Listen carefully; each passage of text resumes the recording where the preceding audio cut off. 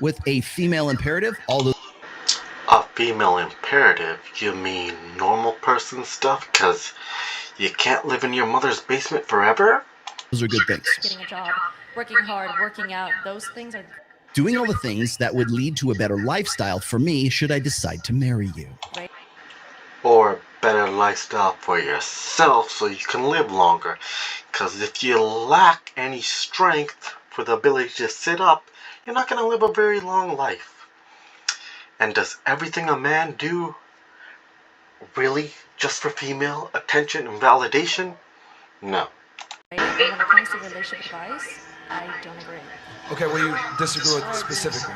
What I disagree with specifically, I don't think that trying to build up men by very, very shallow things like getting money or having that car.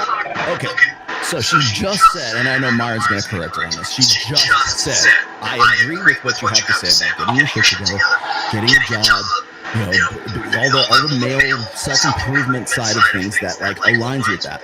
But yet, in the next sentence, the very next sentence, having a lot of money or focusing on money is shallow. Yes, because you gotta have a job in order to live. But do you need 45 Lambos? $600 million of cash to spend every day? No, that's kind of excess. And is that the only thing you're focused on? You gotta have more to life than just your job and your car. Do you have hobbies? Do you have interest? Do you want to communicate with people like a normal human thing? Well, what the fuck is it? Because one necessarily contradicts the other. This remember I talk about like No, you can go to extreme. It's like extreme dieting. You can cut 500 calories per day, so in 7 days you'll lose 1 pound in a week. Or you can cut 3,000 calories per day and have no energy to move and end up in the hospital. Cognitive dissonance and how women have no trouble with cognitive dissonance. This is it here right in action. Okay. Cognitive dissonance. It's when a person holds conflicting thoughts or adheres to conflicting, it could be ideologies as well, but like conflicting concepts holding them at the same time that conflict with one another. In some cases, if you can resolve that, that's fine. It's like part of critical thinking. It's actually a sign of intelligence. But when you're making the case or the premise for one is correct and yet you contradict it with another one, well, then you've got a problem. That's what we call. She's not necessarily contradicting herself. She's saying, yes, getting a job and focusing on things like a career, a thing that you need to survive, live in society, is good. But when the only thing you're doing it for is to have lots of money and cars, is that A, when you have all those cars and money, you're going to be depressed. You're going to realize, B, you're not happy. That this is not really what you wanted. It seemed cool on paper, but in reality, not so well. So you're trying to say that going too far into one extreme is a bad thing. And that's wrong for her to say that. But no, if you're trying to be successful, yes, that's fine. But if you're trying to be successful only for money and cars, well, you're not going to be a very happy person. Classically, cognitive dissonance. And that's really where she's at right now. She just got caught in it. She just doesn't know she got caught in it.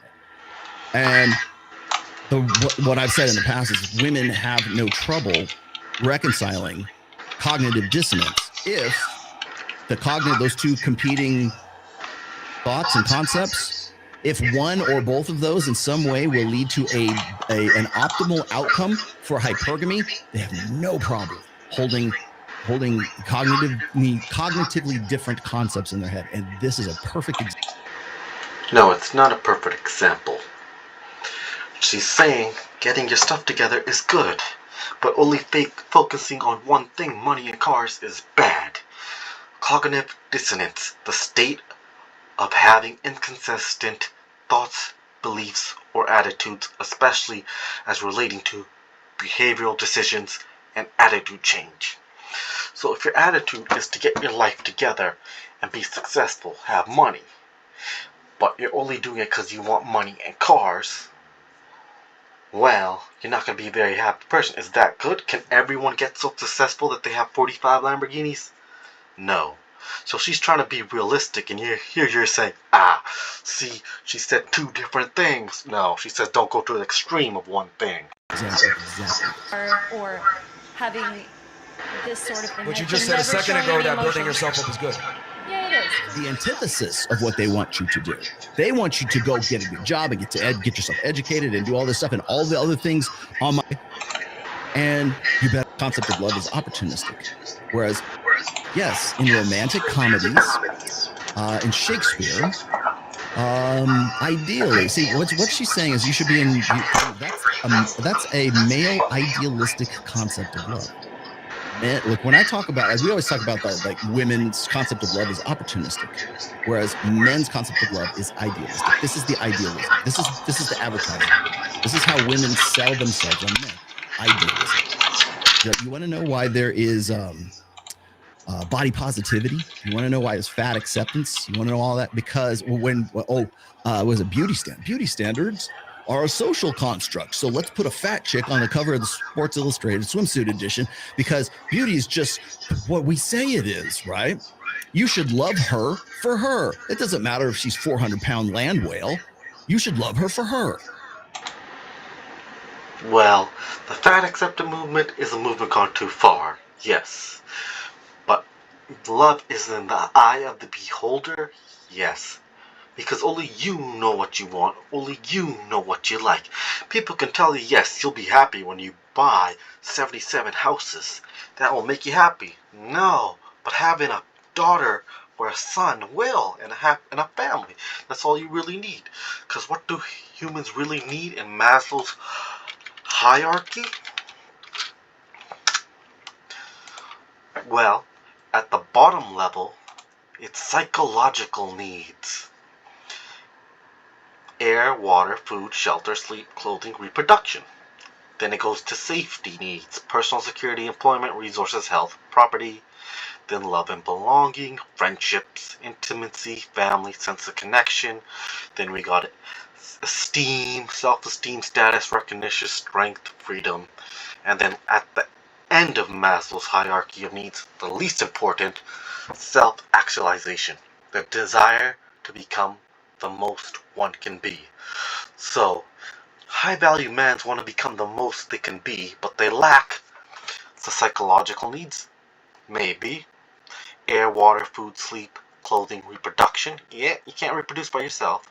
And safety needs. Personal security, employment, resources, health, property.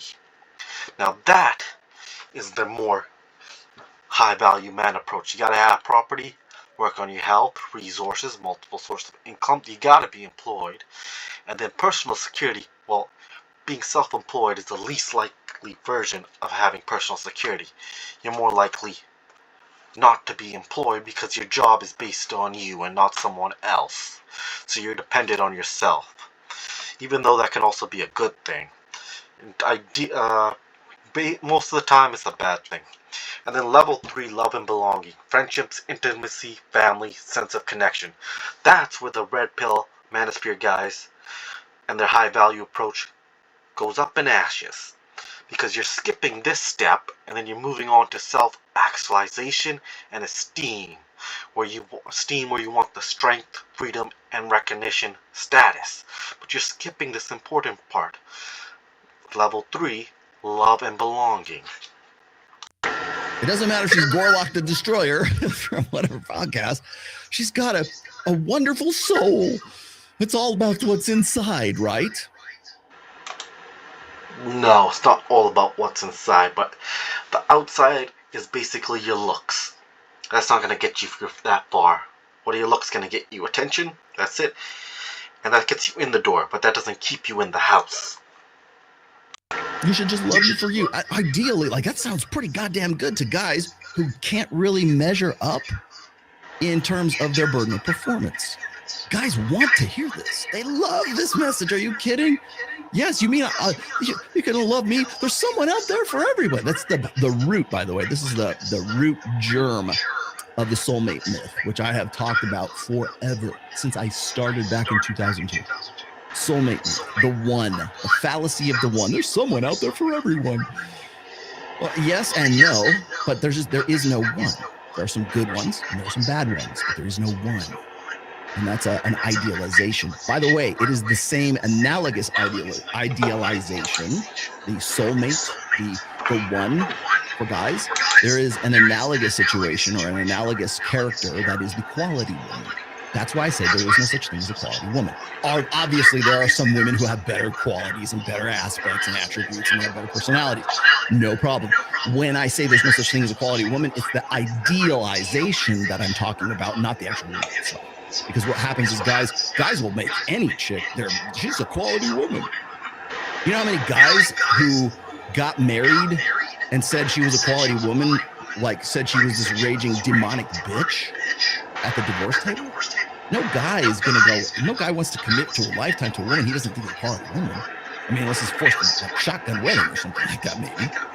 But it's an idealization, and she's perpetuating this because she doesn't know any better, and neither does Destiny. I want to talk about this in a minute here because Destiny has this idealization, but it's an idealization. Shout out to Destiny. If Destiny was broke and 300 pounds, would you be What if there was an automated software that could make passive income for you? You've probably heard about... You would never have met him in the first place. That's just the thing. See, that's what this is where, and Adam, and this is not a critique on Adam, but this is where I would have stopped Adam. I said, he would never have got his foot in the door in the first place. You would never have seen him online. He would never. Yes, of course she wouldn't have seen Destiny online if he was 300 pounds. Because the Destiny that would be 300 pounds would be a different Destiny than the one she's married to. So you're trying to compare an apple to a brick. A different thing. You're not comparing a Fiji apple to a Granny Smith. No, you're trying to go, hey, you can have this apple or you can have this brick. I get what you're trying to do. You're trying to make her look bad, Adam. And Irrational Male here is like, nah, you would never have chosen Destiny if he was like that. Of course you wouldn't, because that wouldn't be Destiny. That would be some other dude. Have been able to steal you away from Leafy or whoever the hell the guy is, right? He would never have been able to essentially import you from Sweden if he hadn't at least met some criteria. This is what Royce used to call the 436 bullet point check. But when Destiny married her, he wasn't that high value anyways. And then when he brought her to Miami, where there's a bunch of high value guys. So if the Red Pill Manosphere was right, and these women are super hypergamous, she would have left him for like those thousands of dudes that are better than Destiny in every way. List, okay? So when I talk about like the hoe phase, 18 to 28, if you read my second book, all of the stuff I'm about to talk about now is in the second book. This is the timeline. So women's priorities, they have 400, probably less than that, but 436 bullet points that are like make or break deals. This is what I want in a man. He's got to love puppy dogs. He's got to love his mom. He's got to want kids. He's got to be funny. He's got to be hot. He's got to be smart. He's got to make a lot of money. He's got to have this car. He's got to take me to Disneyland now and then. He's got. You do realize guys have those points about girls too. And it can get unnecessarily high. We got to go to fun places. He's got to constantly meet my needs all the time. And my needs are X, Y, Z. Same with the dude. The girl's got to meet his needs. Otherwise, he's divorcing her or not going in a proper relationship with her. Down the list, right? And if he doesn't meet those needs, then he doesn't even get on the short list to be like for me to want to fuck him first, or at least certainly not in the long term. Women, there's a different list. It's ladder theory, right? There's a different ladder or a different list for guys that women want to fuck, and guys. Yes, and guys have those lists too. Guys that women want to have a relationship and a lifetime commitment to, whether that's marriage or whatever else. Those are two different criteria, by the way. It's called ladder theory. It's old school. I don't know how like relevant it is today, but I mean, in a certain sense, I guess it is. But when you split up alpha fucks and beta bucks, there's different ladders for alpha fucks and beta bucks. So when you have this idealization of, oh, it doesn't matter if Destiny's 400 pounds, I would marry him. I love him just the same. I love his heart and his. Again, that Destiny 400, 300 pounds, whatever, is a different Destiny per se. But if it's the same Destiny with the same drive, the same goals, and the same characteristics and attitudes and traits that this one has, except that he's just overweight, then she probably would marry him. So, well, you don't get to know who his heart is and his soul and his personality unless he meets a minimum criteria of money, muscle. Yes, because you can't just go talk to a girl, because that'll end up you in an FBI cell somewhere. And fucking game. End of story. Bam. You do realize there are guys that are overweight that are players. And that don't have much money. And Myron picks up on this. I'm kind of preempting him here, but Adam Sosnick, the thing is like he picked up on this by asking that question. But the fact of the matter is that she's pitching the soulmate myth here. It doesn't matter what you do as a man. So what kills me is like I can be on like I would love to Melina. Here's an invitation to you. If you want to be on Access Vegas, I will boot one chick to have you on that show. Because yeah, a person that's a soulmate doesn't have to be a romantic partner. They can be a close friend or something. I would love to put you in between all of our girls on Access Vegas and let you hash it out with her, with them. These are successful women. These are women with, like, in some cases, millions of dollars, and not just based on OnlyFans, also real estate, and we've got some smart ass chicks on there too, right? So they're not just tits and lips. So I would love to have you on if you want. Are you sure these are not the girls that you say marry a man and then take half of his stuff, girls? They earned it by themselves and not through the. Come on the show. I would love to have, more than Destiny. I would love to have you on the show and put you in between all these girls so that you would get an education from women who know something a little bit more than you do. And I know you're trying to make a living on OnlyFans or doing whatever the hell it is you're doing as a sweet bikini model or whatever the fuck you do. But they would probably be able to help you out with your career. I can tell you that for sure. I mean, you could say that, but I mean, I'm being honest. No, I'm fully honest with you. I'm not saying Yes. that if he lost his money now and something happened to him now, you'd stick by your man. Respect.